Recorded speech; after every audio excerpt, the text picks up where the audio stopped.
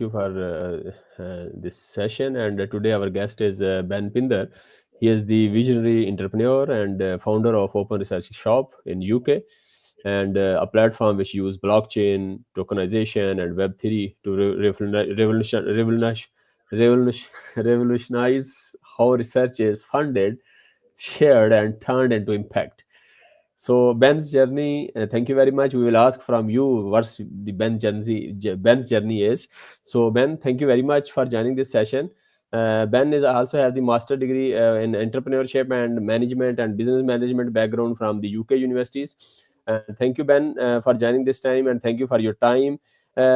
Just to kick off things, why do you believe the traditional model of research funding and commercialization is broken? And how does Open Research Shop aim to fix it?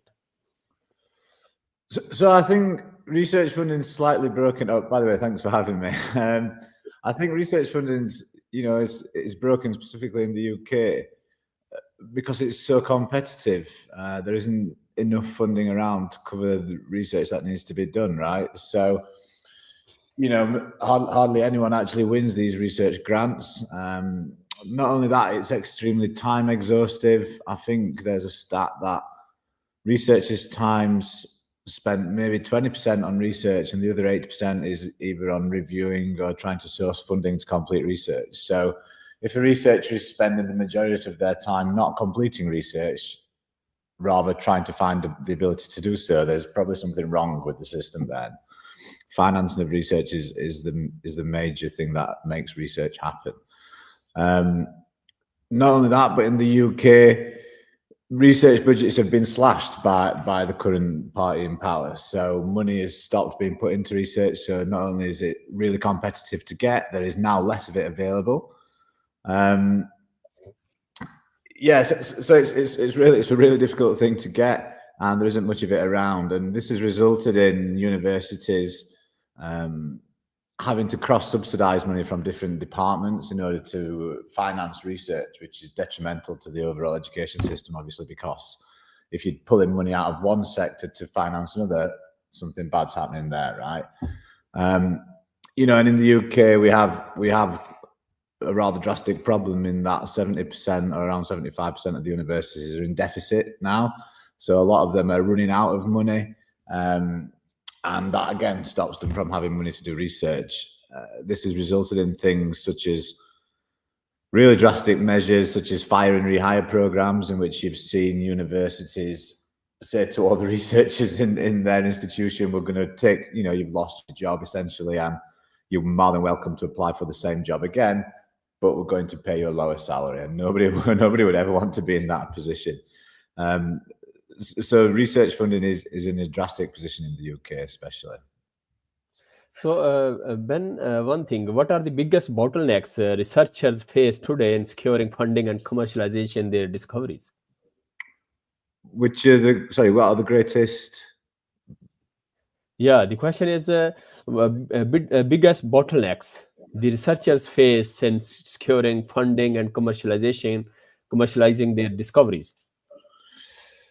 I guess commercialize in terms of commercialization, it's really difficult to commercialize shared intellectual property, and a lot of the research that comes out of universities is classed as shared intellectual property, right? So at Open Research Shop, we've developed a mechanism that allows us to work with some loopholes in how commercialization of shared intellectual property is legalized, and we've developed a mechanism that allows people to do it much easier.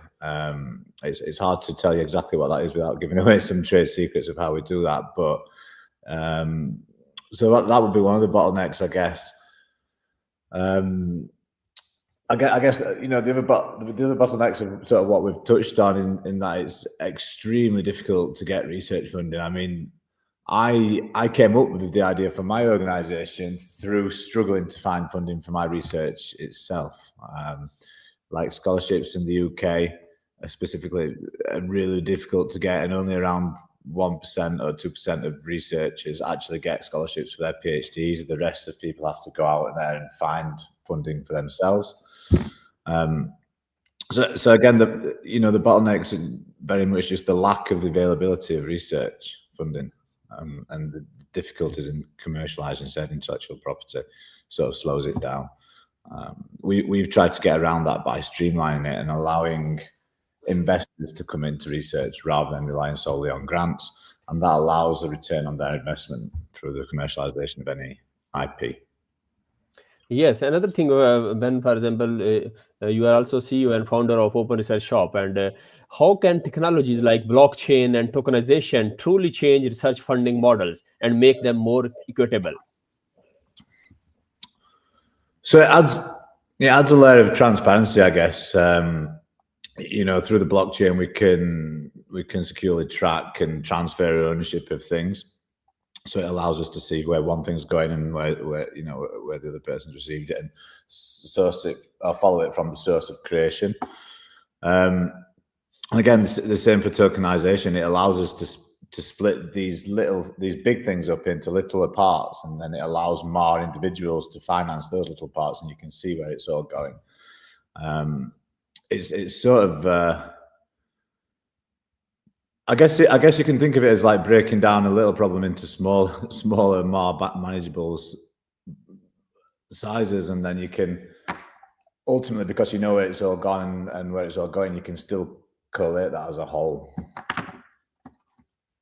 Okay, that's nice. And could tokenized research funding also democratize who gets to contribute to scientific? For example, what is this?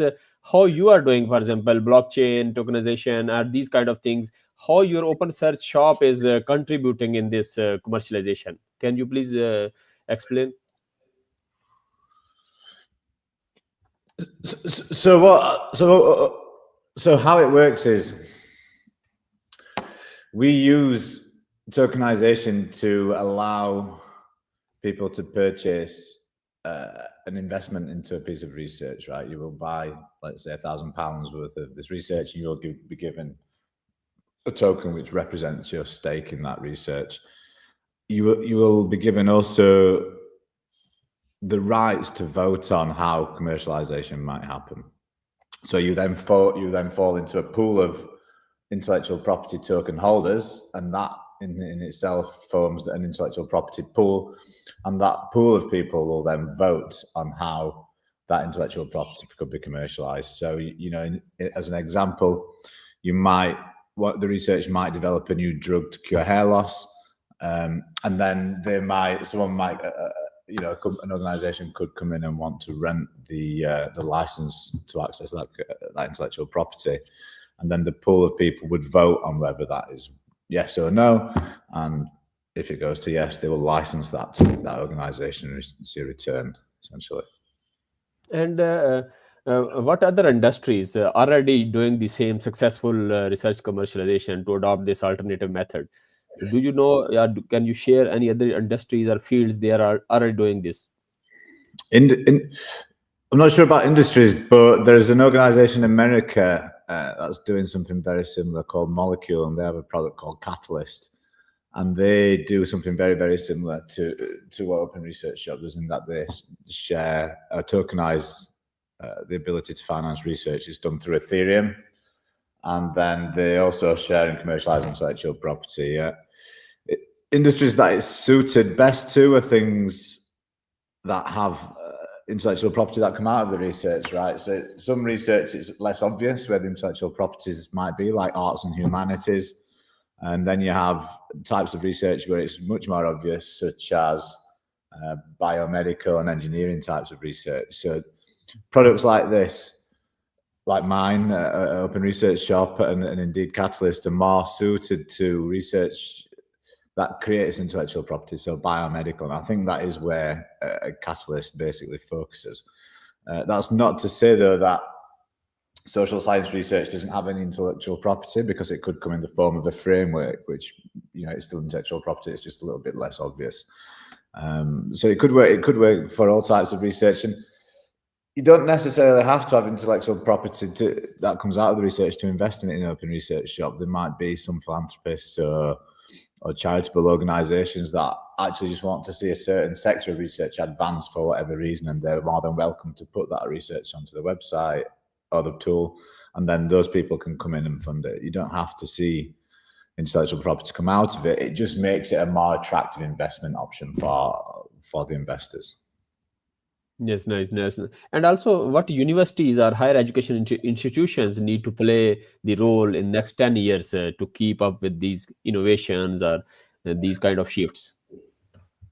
So now the models that the current companies that do it, not Open Research Shop, so Research Hub, Catalyst, people like that, they're more of they seem to have gone straight to the crowd, right? So they've created a product with both products which are really, really great. In fact, I've used Research Hub's product and made some money on it by publishing research on there. But what they've done is they've developed essentially a hub, and then the crowd can come straight in.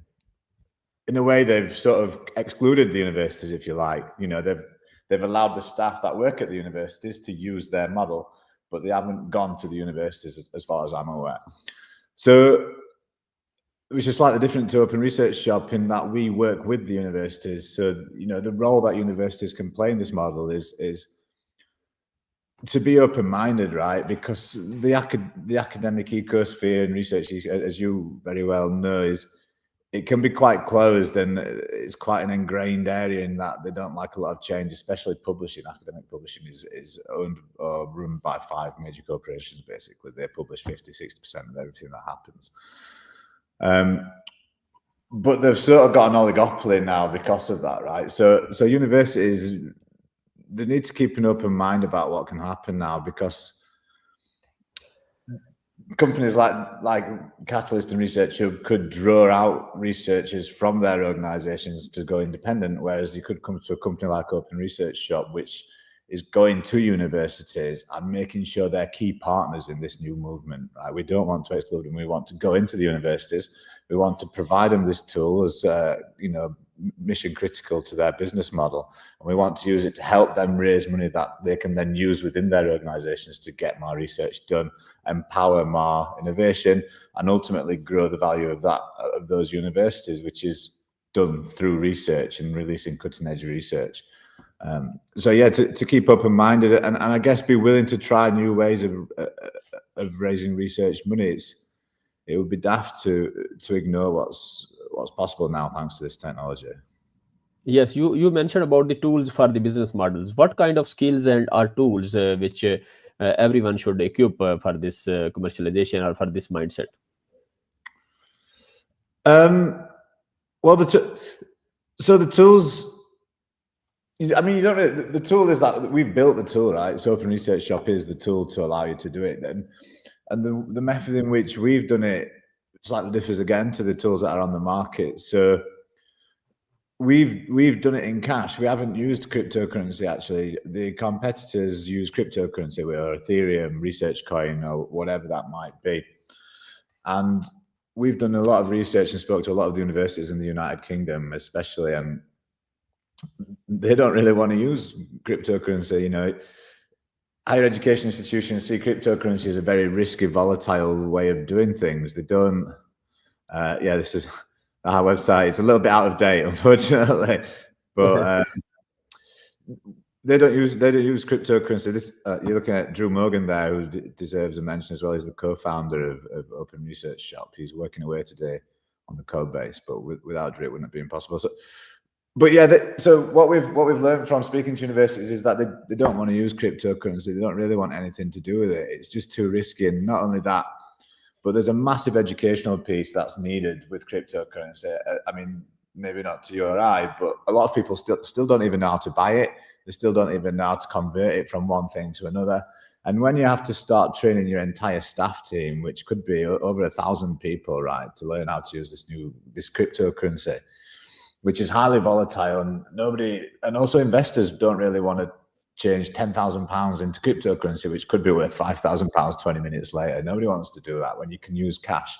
So what we've done at Open Research Shop is we've took the best parts of the technology, you know, the ledger capabilities, the tokenization capabilities, and we've just built it with a cash model. So it fits perfectly into existing ways of doing business.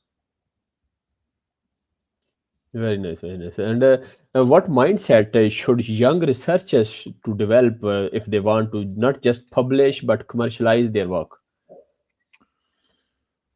Um, I guess the same thing as I mean, and for young researchers, it's probably easier to convince them to do it because they might be new to the game. They might not have published or raised before, so they're probably willing to try a lot more than established researchers are. But it's just to keep an open mind. Like the world's moving and growing and changing at a very fast pace at the minute. And going forward, that's only going to increase. It's not going to slow down, is it? How fast change happens thanks to the growth of technology. But as a young researcher, I guess it depends what the motivations are as well, because people publish in established journals for certain reasons. Like they want to advance through their career, they want credibility, whatever reason that might be. And if you publish in a less established journal with a lower ranking, it's less likely to have that impact on you. But other people just want to get their knowledge out there. But also probably to look to the future, right? Because the way I see it, I think in the next 10 years, intellectual property will probably be one of the most valuable things on the planet. Like, I think, especially with AI models now and how valuable it is, and you can claim rights to the things you've created, and people are going to want to train AI models on absolutely everything, as we've seen.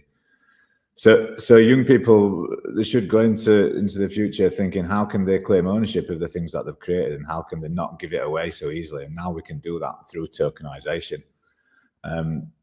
So they should probably keep an open mind and use new tools such as this to raise money, to complete research, but also see the possibilities of what it brings them in the future. Right? You actually own that piece of research. You can also commercialize it now. You can do a lot of it through this tool, what we've made, without actually having to work separately from your university to do so. We can all work together now to ensure that the commercialization of intellectual property out of research is done for the betterment of the institutions and the researchers, and not solely for one organization.